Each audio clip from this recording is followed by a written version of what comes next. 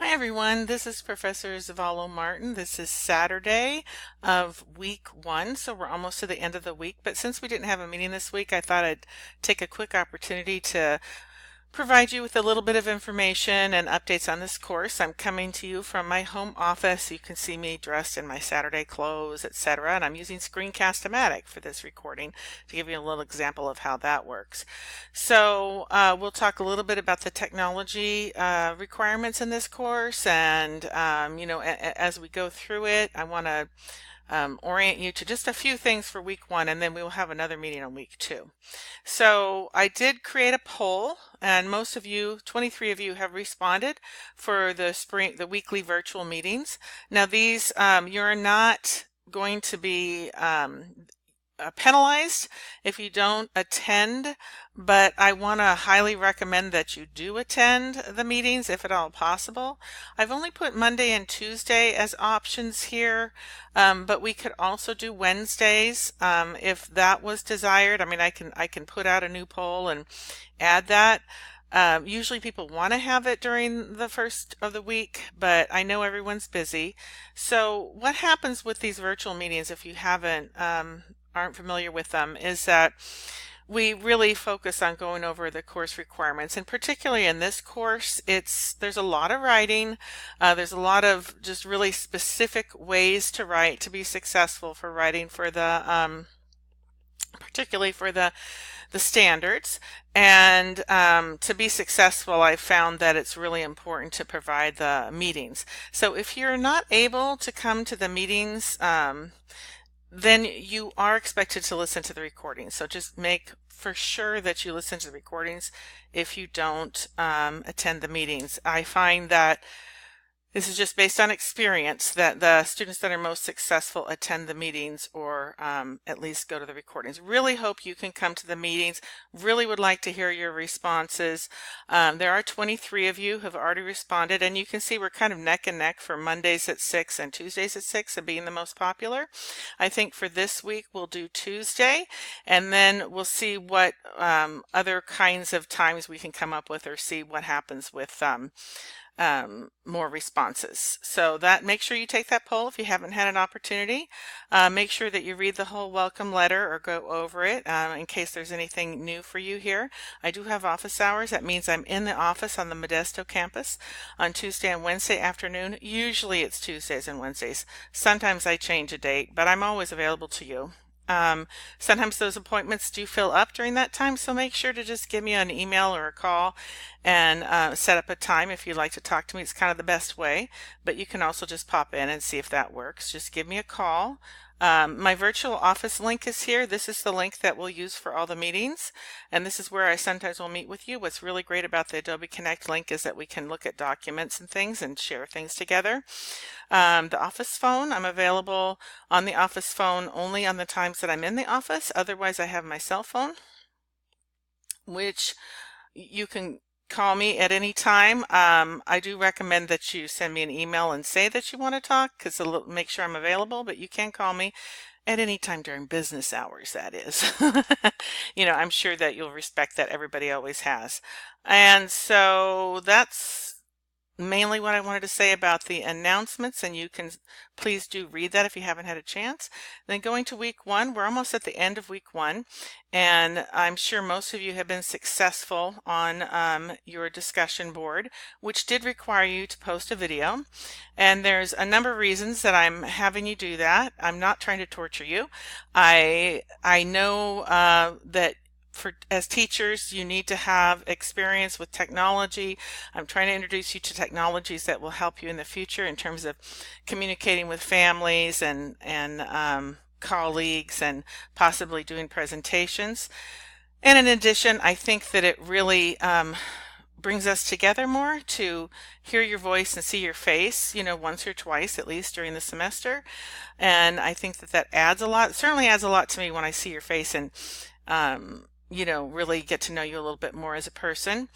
And in addition, we will be doing presentations at the end of the semester, and I'm just trying to get you kind of up to speed on getting used to doing those kind of things. So a lot of reasons for that, including the fact that I do have, you may not know this, but I've actually done a bit of research on technology for early childhood education teachers, and there's a real lack of research and training for early childhood education teachers on technology, both in using technology for communication, getting used to stretching yourself and trying new technology, and also making decisions about technology for young children. So these are my my skills and dispositions. It still is in draft form, hasn't reached our advisory board or curriculum team yet, but so it'll be more implemented into the program next year, but I'm still really thinking about it in terms of the students that we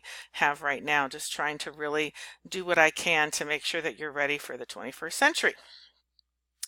Okay, so when you've already uploaded your video, so I haven't looked at all of them yet, but just make sure when you do so that it's accessible, that I can get into it, that it will open.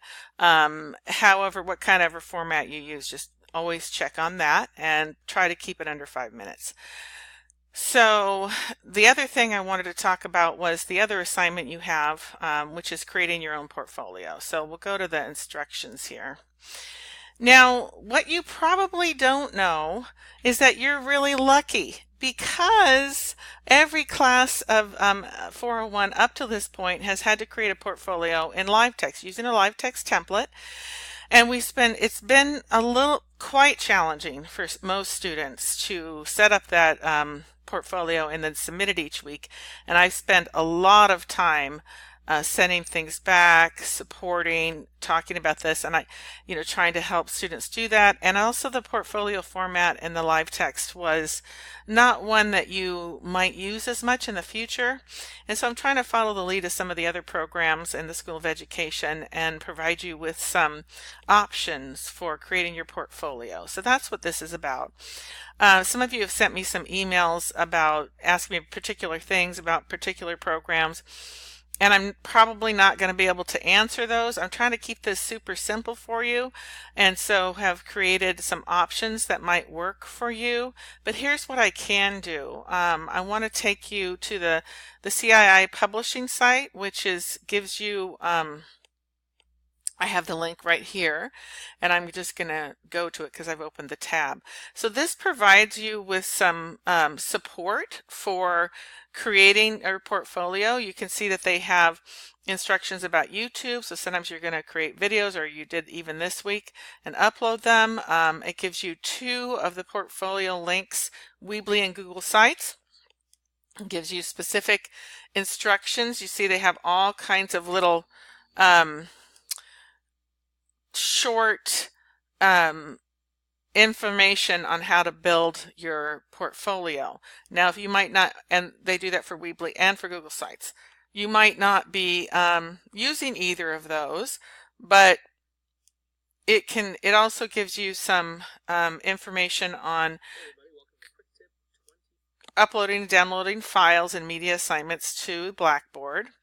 And then it also gives you some information on Screencast-O-Matic, video editing, Powtoons, and just different kinds of support for that. In addition, if you'll see, one of the options is Career Link, which is located on the Brandman site, and there are also additional aids for you for this site. So they have a quick start guide, which I've used myself. Because sometimes I myself have started a portfolio here for the course development that I do, and it takes me a little while sometimes to figure it out. But if you look at these kinds of aids, they will help you quite a bit. And there's also an FAQ, that gives you all kinds of ideas just in general on portfolios. So that's another thing, how to create a portfolio, and then how in particular to create the Career Link portfolio. So I just wanted you to be aware that there is assistance for you. And in addition, you can contact the help desk. You can contact me. I might be able to help you. And then again, I might not have the answers. But if I don't have the answers, I'll try to get you started. So whichever portfolium people find to be relatively easy. Some people prefer Google Sites, which you have access to because you have a complete Google Suite available to you as a student. And the idea also behind this is that you're going to be able to use this portfolio in the future. Portfolios are, an important professional development tool that are being used more and more, particularly for teachers. So you'll be able to use that portfolio and create more sections to it, put some of your, your best work in there, and use that as you go about your career. So these are the required elements that go into it. I just want you to have a little background statement. This is kind of a section or a folder. It just depends on how the portfolio app works. But you're going to be next week creating your background statement, resume, philosophy of education. So you want places for those. And then from week 3 through 8, we'll be working on the standards. So you want places for those. I might ask you to do another section when we do our, in fact, I think I probably will when we do our transformational change project, which is also a great thing to have in your portfolio. One thing I just want to mention here is to make sure that the link is accessible. Make sure that you have your setting so that I can get in or send me an invitation using my email, however you want to do it, but make sure I can open the portfolio. So if I can't open the portfolio, or if I don't see all these sections in here and your picture, then I will send it back to you. Or rather create a new submission since this is Blackboard, and then have you work on it again. So don't worry, I'll give you an opportunity. I know that this is new and that you are, the first ones to do this, but on the other hand, I think that it's going to work a lot better than it has in the past, creating your own portfolio using your own choice than using the live text. And so that's what I'm going to talk about. That's all I'm going to talk about today. We'll do a meeting on Tuesday at 6, and I'll set that up and put a link in, and we'll decide on the time of the future meetings. It's possible, if I need to, that I'll do it twice a week, if that's what is needed for the class. And please contact me if you have any questions. Thanks very much for your time.